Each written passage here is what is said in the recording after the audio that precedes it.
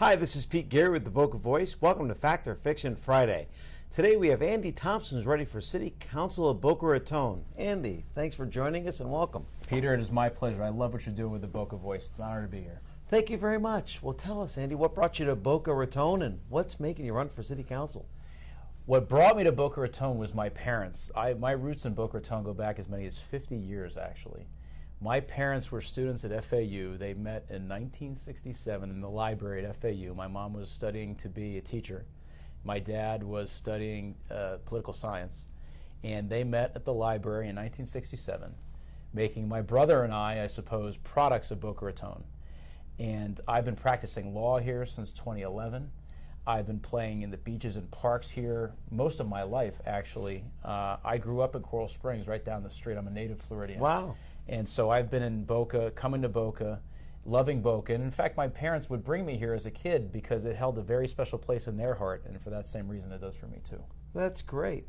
So you're running in a very complex race because you have three people running for that same seat. Right. And tell me a little bit about what's unique about you in that seat. Sure. I look at a campaign like I do a job interview, actually. And I am a working man. I've been working my entire life since I was a kid.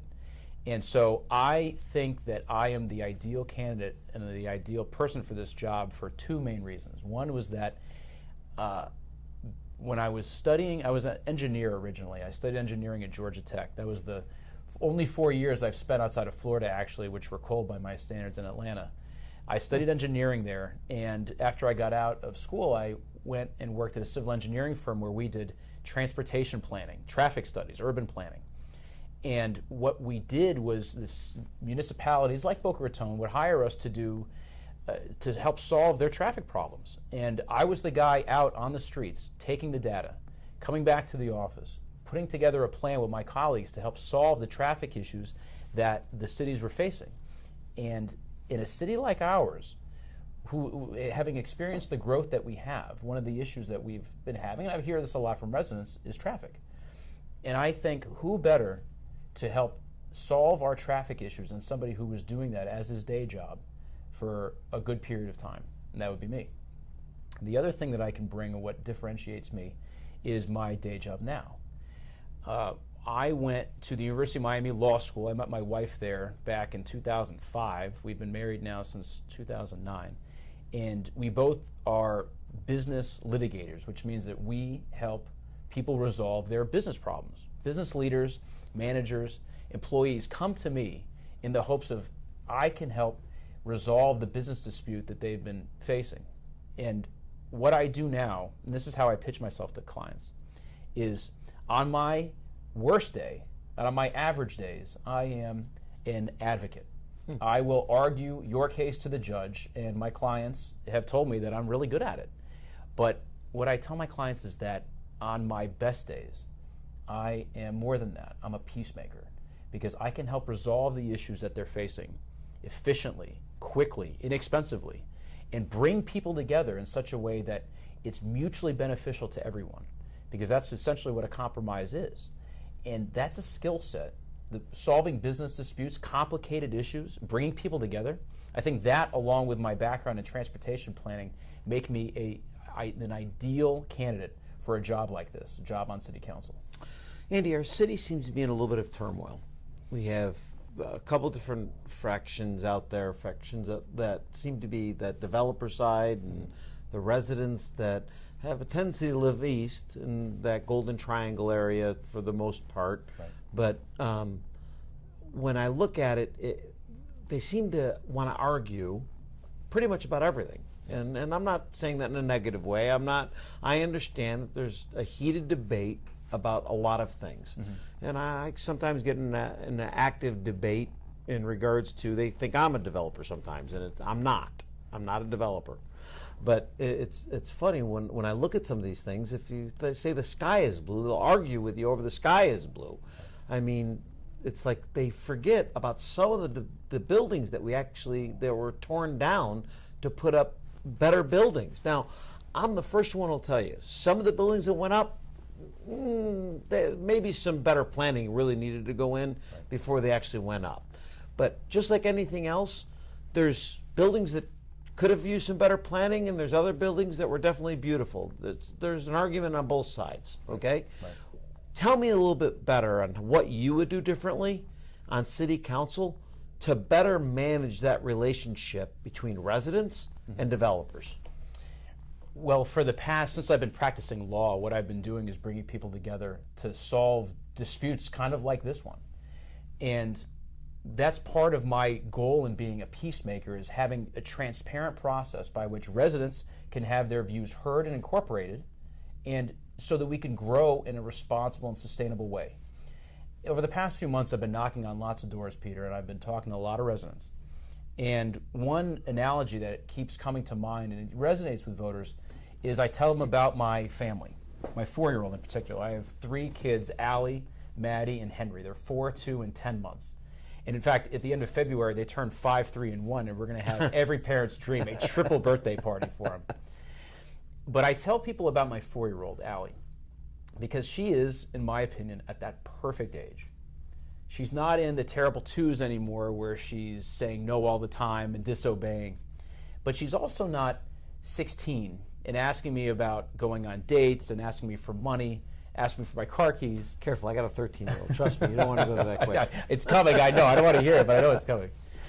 And so there's part of me, and I think for most parents feel this way, there's part of me that wishes I could take Allie and keep her this age forever, because every parent knows that growth is going to happen, and they don't want to face it sometimes, and that's a perfectly human and natural view of things.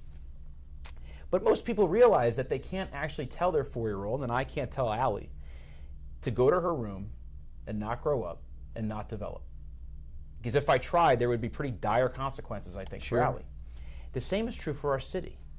I can't, and none of us, I think, realistically can say that the city is not going to grow. We're not going to allow the city to grow. We're not going to allow it to develop, because that would lead to stagnation, deterioration, dire consequences, just the same as it would if I tried that with Allie. Instead, the key is to have rules in place that govern the growth, that govern the development, so that the city grows up just like Allie would grow up to a place where she can succeed. And so what are those types of rules? I think I'm a big proponent of concurrency, making sure that our city has the infrastructure in place when development happens so that we can withstand any additional growth that comes. For example, we have the roads in place and the transportation solutions in place so that it can handle any additional traffic. We have the school system has the resources it needs so that it can handle any additional kids. So concurrency is one of those rules that I would impose to make sure that we are in a place where we can succeed as we grow. Because my view is, frankly, just like with kids and with life of all types, you're either growing or you're dying, and there's really no third direction. The key is to do it responsibly and sustainably, and that's what I'm going to do on the City Council. Why is it, do you think, that developers are so vilified in our community? I'm not sure, frankly, and part of I'm of the mindset that people in public office, public servants, part of our job is to educate people, because let's face it, people have a lot of things pulling at their time. They have their job, they have their hobbies, they have their kids, their family, any number of things, and there's frankly not a lot of time that people spend thinking about politics, public affairs. And I think if people took the time to learn, for example, on the issue of development, if people took the time to realize that a lot of what happens in development, especially in the downtown, was part of a plan that was put into place like 25 years ago, because the city was unhappy and its residents were unhappy with the level of deterioration, stagnation that had happened in the downtown. One example is the Boca Mall, which had been, for a long time, been an eyesore for downtown Boca. And we, as a city like Boca, we're better than that, and we recognize that. So what we did, collectively, not just developers, but the city voted on a redevelopment plan where we decided that we would rather have some enhanced, a vibrant downtown rather than the deterioration that had been affecting us for so long. Sure. And so the residents approved a plan to redevelop our downtown, and that's actually what we're seeing now, is that plan being put into place and executed. And part of my job, I think, as a member of the City Council and even as a candidate, is to help walk people through that history, because I'm not sure everybody realizes that. And so when people nowadays can say, well, it seems like we're growing too fast, look, like I said, I'm a dad. I get that. I don't want my daughter growing up too fast. No parent does. We have to have rules in place that govern it. But I think what we've seen in the last few years, to the extent people feel that there's been too much growth too quickly, it's what was really a growth spurt. And by that I mean we had a period of time during the recession where there was hardly any building at all. And that's in part because there was no financing to accomplish any building. But since then, we've had a number of buildings, some of which you mentioned, that have been put up since then. And really, effectively, what we've had is maybe 10 years worth of growth in just a couple of years. But that's not because there's some accelerated growth that we're experiencing. No, it's just that for a while there was no money to put into place the redevelopment plan that the city had agreed on years ago. And so instead what we're seeing now is the buildings going up more rapidly nowadays, but frankly I don't see there being much more to redevelop there, because the redevelopment plan, we're reaching, I think, that level, the cap that we had talked about and put into place 25 years ago. Well, I agree with you there. So what else would you like the residents and the viewers to know about you as we go off into this election, and March 14th is coming up quickly? What would you like the viewers to know about you, Andy Thomson, and your family as they go to the voting booths? Sure. I have public service is something that's been in my DNA. There's really no other way to put it.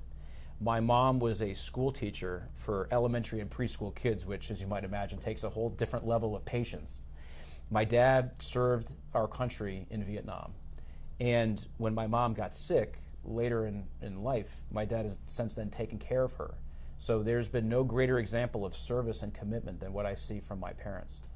And that's been passed on to me. And what I want to do is what's best for everybody in this city, not just my neighbors, not just the people who live near me, not just the people who agree with me, but everybody, all 90,000 residents.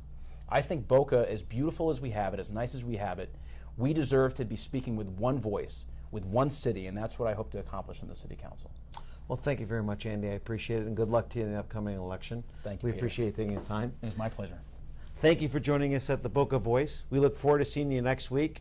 And don't forget to follow us at thebocavoice.com or on Facebook. We look forward to seeing you next week on Fact or Fiction Friday. Thanks.